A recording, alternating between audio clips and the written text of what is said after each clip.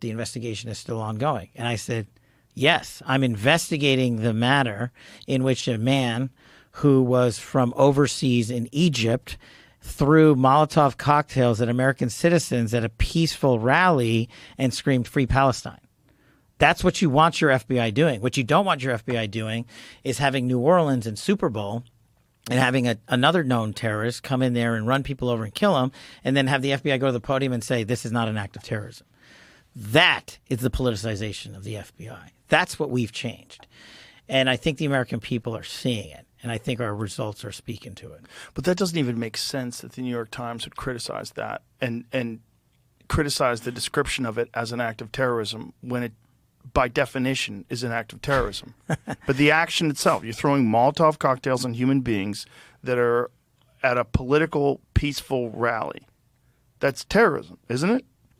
I mean, what is terrorism if that's not terrorism? And what I can say, remember, the charging is for the Department of Justice and Right. the partners. What I can say is what I'm investigating it as. And that's what I'm investigating it as, because the facts to that point in time, quickly relayed to me by our people in the field, the pros, said, hey, this is what we got. This is what happened.